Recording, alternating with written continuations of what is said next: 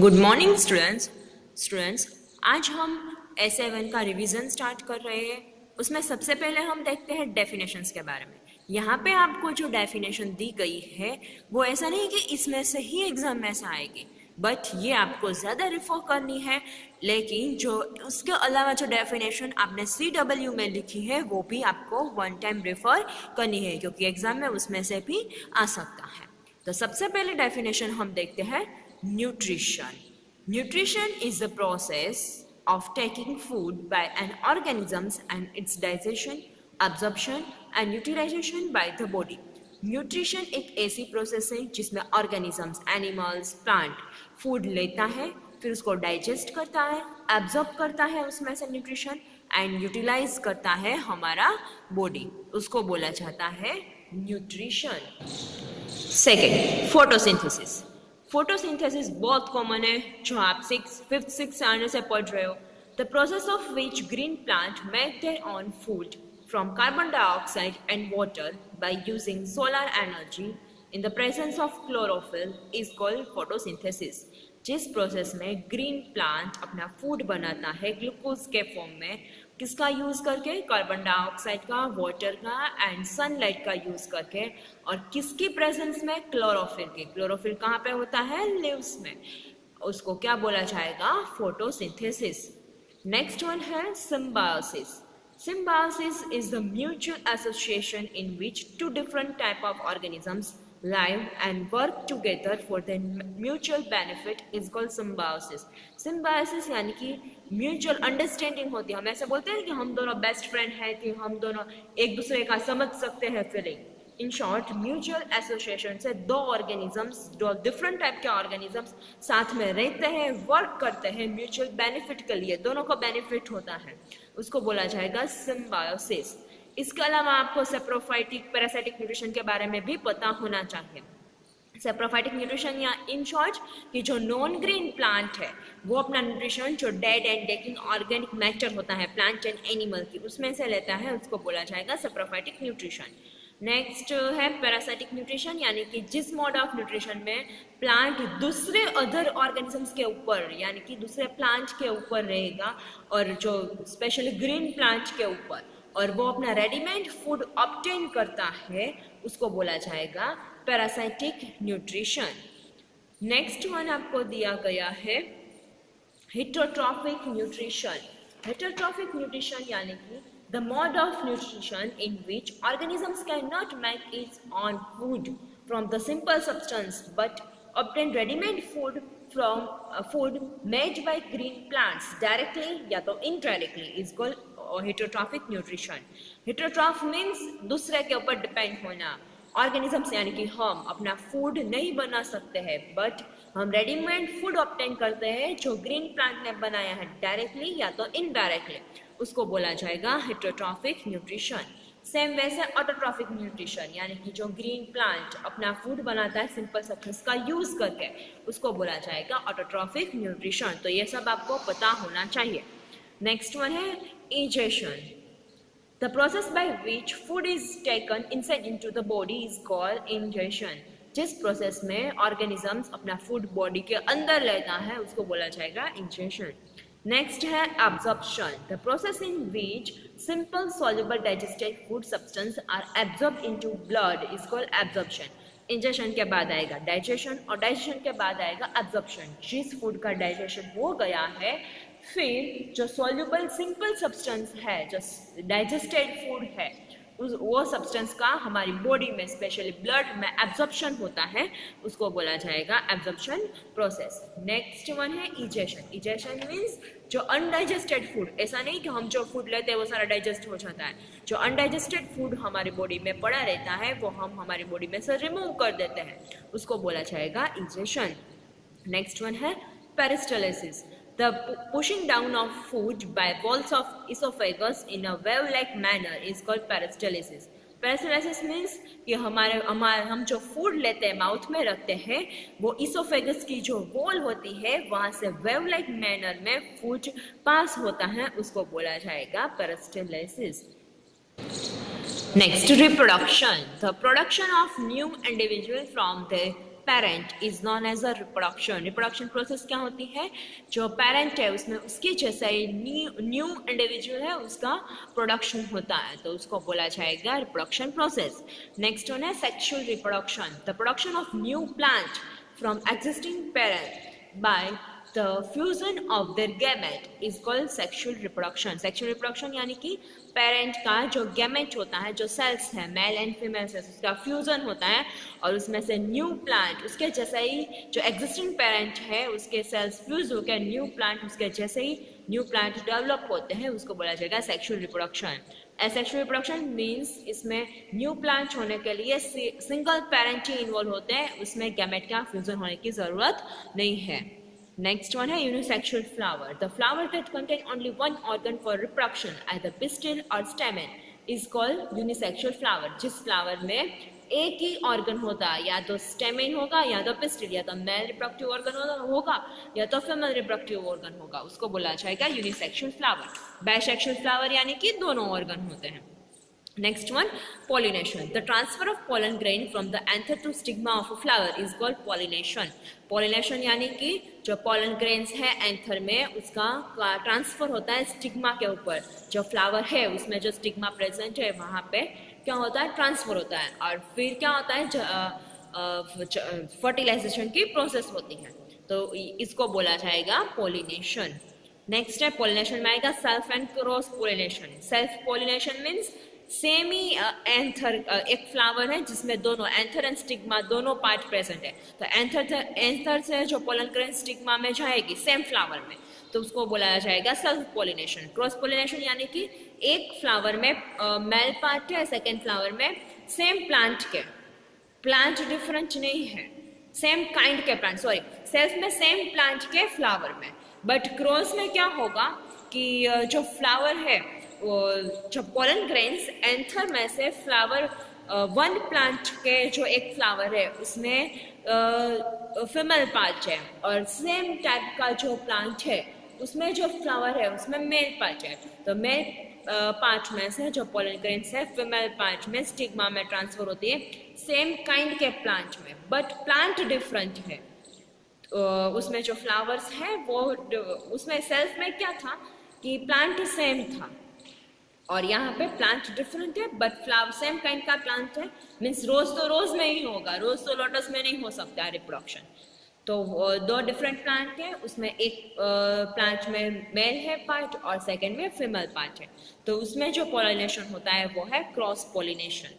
Next one है fertilisation, the fusion of male gamete with the female gamete to produce a zygote, जहाँ पे male cell का female cell के साथ fusion होता है और उस जो प्रोसेस होते हैं उसको बोला जाएगा फर्टिलाइजेशन प्रोसेस। नेक्स्ट है germination of seed, the process in which seed begins to grow into a baby plant when favorable conditions are available is called germination। germination तो आप फोर्थ स्टैंडर्ड से पढ़ रहे हो, जिस प्रोसेस में सीड में से न्यू बेबी प्लांट का ग्रो होता है जब उसको फेवरेबल कंडीशन मिलते हैं तब उसको बोला जाएगा germination of seed. Next one है नेचुरल रिसोर्सेज। नेचुरल रिसोर्सेज यानी कि student the maintain is are present in nature, जो मटेरियल्स नेचर में नेचुरली प्रेजेंट है और उसका यूज हम हमारी जो कंडीशन फुलफिल करने के लिए करते हैं, हमारी बेसिक नीड फुलफिल करने के लिए करते हैं, तो उसको बोला जाएगा नेचुरल रिसोर्सेज। नेक्स्ट वन है water, water table, the level of ground water is called water table. Ground water का जो अपर लेयर होता है उसको बोला जाएगा वाटर टेबल। नेक्स्ट वन है rain water harvesting, the process of collecting rain water from roof and street and storage it for future use. हम future use के लिए रेन वाटर का पानी रूफ से स्ट्रीट से जो वेस्ट होता है वो हम फ्यूचर यूज के लिए स्टोर करके रखते हैं, उसको बोला जाएगा rain water harvesting. Next one है इरिगेशन। गुड मॉर्निंग स्टूडेंट्स, आज हम S7 का रिवीजन स्टार्ट कर रहे हैं। उसमें सबसे पहले हम देखते हैं डेफिनेशंस के बारे में। यहाँ पे आपको जो डेफिनेशन दी गई है वो ऐसा नहीं कि इसमें से ही एग्जाम में से आएगी, बट ये आपको ज़्यादा रिफर करनी है, लेकिन जो उसके अलावा जो डेफिनेशन आपने CW में लिखी है वो भी आपको वन टाइम रेफर करनी है, क्योंकि एग्जाम में उसमें से भी आ सकता है। तो सबसे पहले डेफिनेशन हम देखते हैं nutrition. Nutrition is the process of taking food by an organisms and its digestion, absorption and utilization by the body.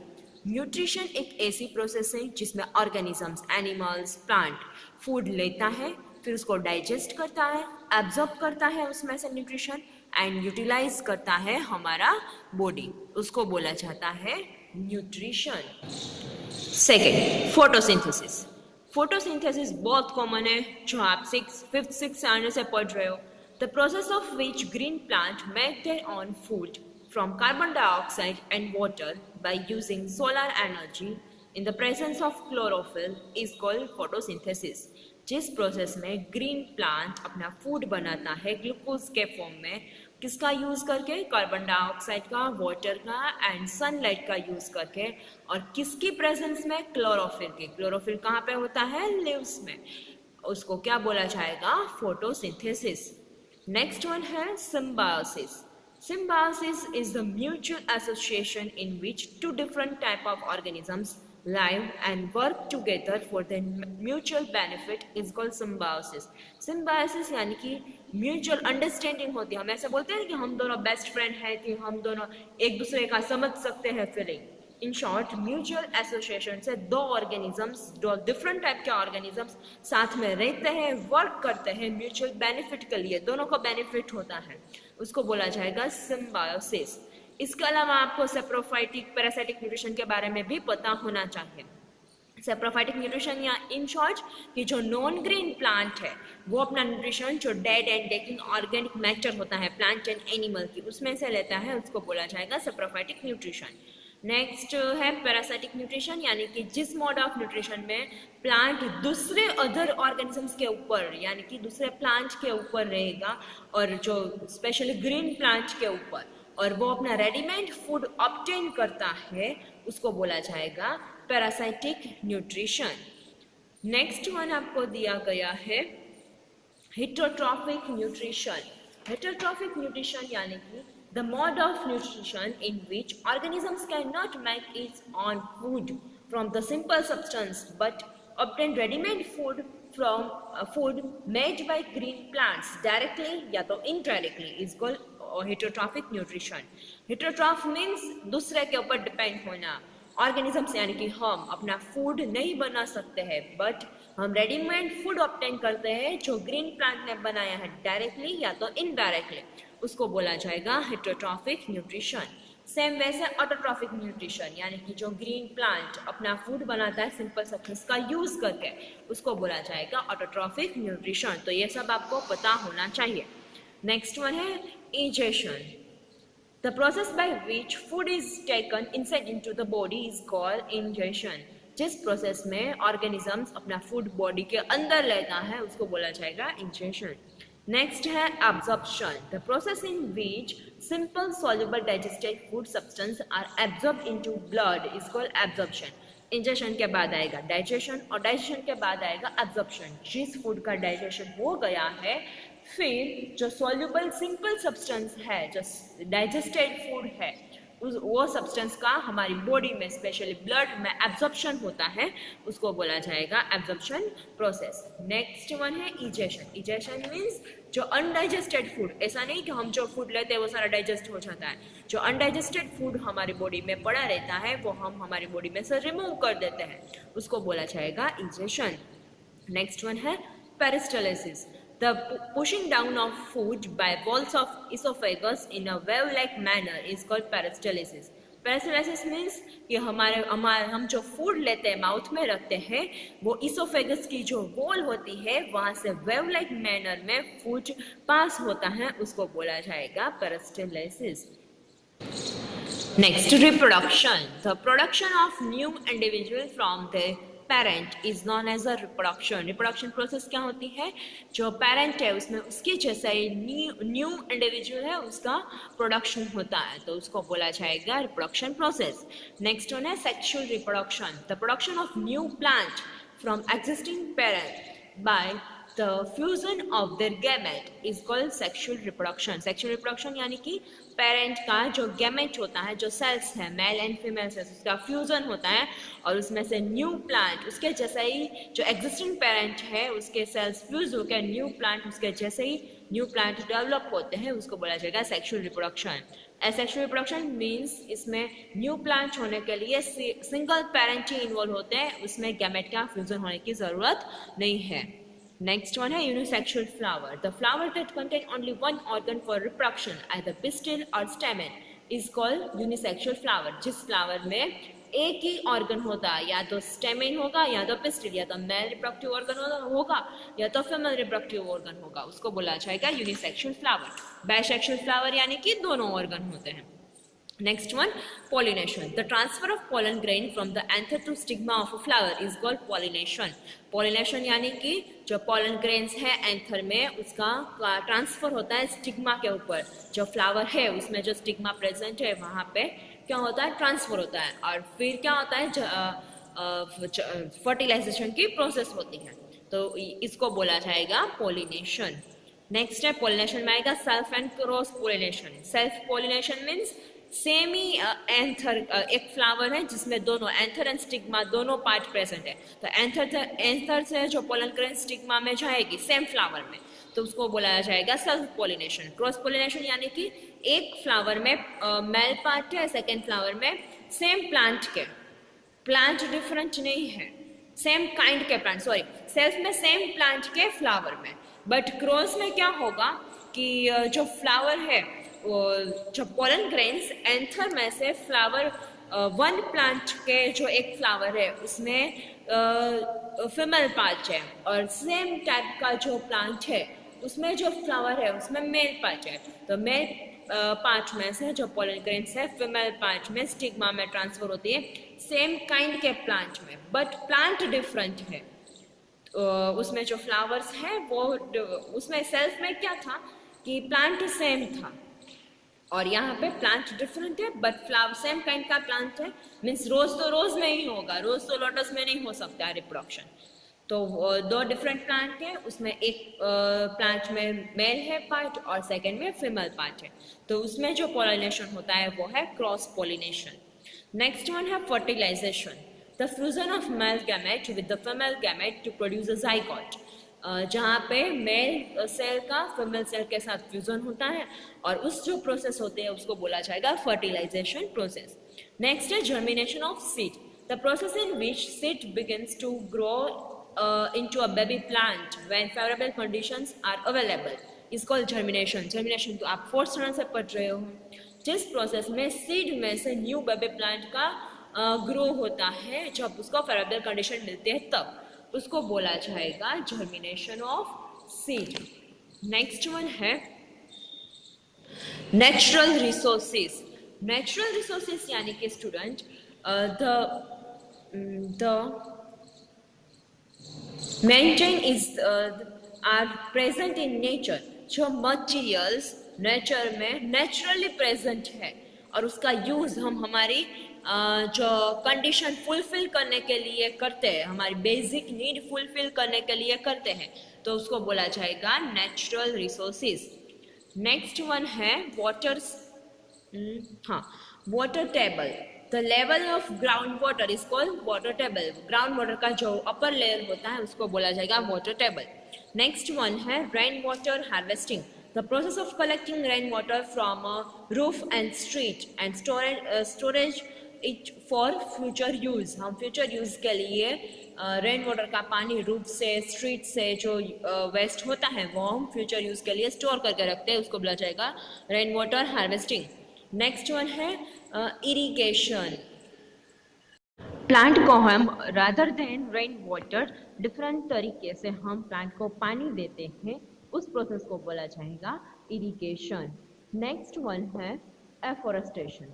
Planting more and more trees to save the environment from the harmful effect of deforestation. Deforestation की जो harmful effect हो रही है उससे बचने के लिए हम ज़्यादा से ज़्यादा ट्री ग्रो करते हैं, एनवायरनमेंट को हार्मफुल ना हो इसलिए, प्लस हमारी हेल्थ को भी हार्मफुल ना करें, तो उसको बोला जाता है एफोरेस्टेशन. नेक्स्ट है soil erosion. The removal of top fertile soil from the region of wind, rain or running water is called soil erosion. जो सोयल का टॉप मोस्ट फर्टाइल लेयर है, आपको पता है कि जो सोयल का फर्स्ट लेयर होता है वो फर्टाइल लेयर होता है जहाँ से प्लांट को न्यूट्रिशन मिलता है। तो वो लेयर वाटर के साथ, बारिश के पानी के साथ, बारिश का पानी है, विंड है या जो रनिंग वाटर है उसके साथ वो लेयर चला जाता है और जो सोइल होती है वो इनफर्टाइल हो जाती है, तो उसको बोला जाएगा सोइल इरोजन। नेक्स्ट वन है food chain, a series of organism linked together by process of eating and being eaten for food is called food chain. Food chain यानी कि सीरीज ऑफ ऑर्गेनिज्म, कितने सारे ऑर्गेनिजम्स लिंक होते हैं, किसके लिए, एक दूसरे को ईच करते हैं। हमारे जो रिक्वायरमेंट, जो बेसिक रिक्वायरमेंट है फूड के लिए, तो वो एक दूसरे को ईच करते हैं, तो ये सीरीज ऑफ ऑर्गेनिज्म लिंक्ड होते हैं फूड के लिए, तो उसको बोला जाएगा food chain. And several food chain combined होकर क्या बनता है, पर्टिकुलर रीजन के हिसाब से फूड वेब। नेक्स्ट वन है rearing. The process of taking care of sheep by giving them food, shelter and health care is known as rearing. sheep का, goat का, जिस प्रोसेस में सॉरी sheep का properly food दिया जाता है, उसका शेल्टर प्रॉपरली प्रोवाइड किया जाता है, उसका हेल्थ का ध्यान रखा जाता है, तो ये सारी चीज़ें करते हैं क्योंकि उसमें से हमें फाइबर ऑब्टेन करना है उसके लिए, तो ये सारी चीज़ें ध्यान में रखा जाता है, तो उसको बोला जाएगा रियरिंग प्रोसेस।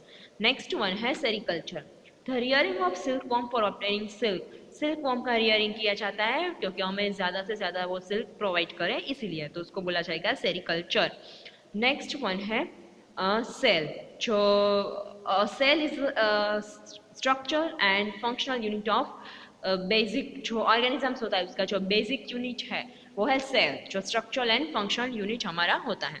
नेक्स्ट वन है aerobic respiration, the breaking down of food into carbon dioxide and water to release energy in the presence of oxygen. Oxygen के प्रेजेंस में फूड में से carbon dioxide and water release होता है, उसको बोला जाएगा एरोबिक रेस्पिरेशन, प्लस एनर्जी भी रिलीज होती है।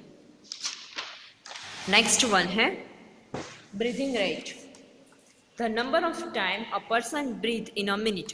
कोई पर्सन पर मिनट के हिसाब से कितनी टाइम ब्रीथ करता है तो उसको बोला जाएगा breathing rate.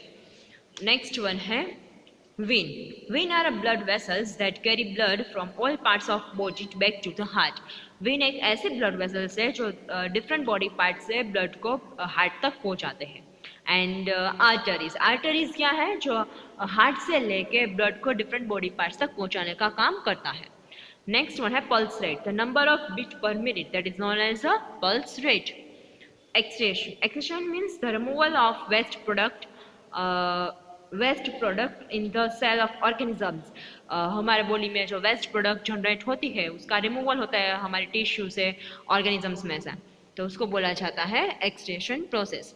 Next one dialysis, the process of cleaning the blood of a person by separating toxic waste product using a dialysis machine, that is known as a dialysis। जिस process में कोई भी पर्सन का जो body में से जो blood में जो टॉक्सिक वेस्ट है उसको रिमूव करते हैं with the help of dialysis machine, उसको बोला जाता है डायलिसिस। नेक्स्ट वन है translocation, the transportation of food from leaves to the other part of the plant, that is known as translocation। जो प्लांट में जो फूड बना है जो लीव्स ने बनाया है, तो उसका लीव से डिफरेंट पार्ट्स है, जो अदर पार्ट्स है प्लांट के, वहाँ पे जो फूड का ट्रांसपोर्टेशन होता है उसको बोला जाएगा ट्रांसलोकेशन। आपको पता है फूड ट्रांसपोर्ट होता है फ्लोएम टिश्यू से एंड वाटर एंड मिनरल्स होते हैं जाइलम टिश्यू से प्लांट में। नेक्स्ट वन है केमिकल change,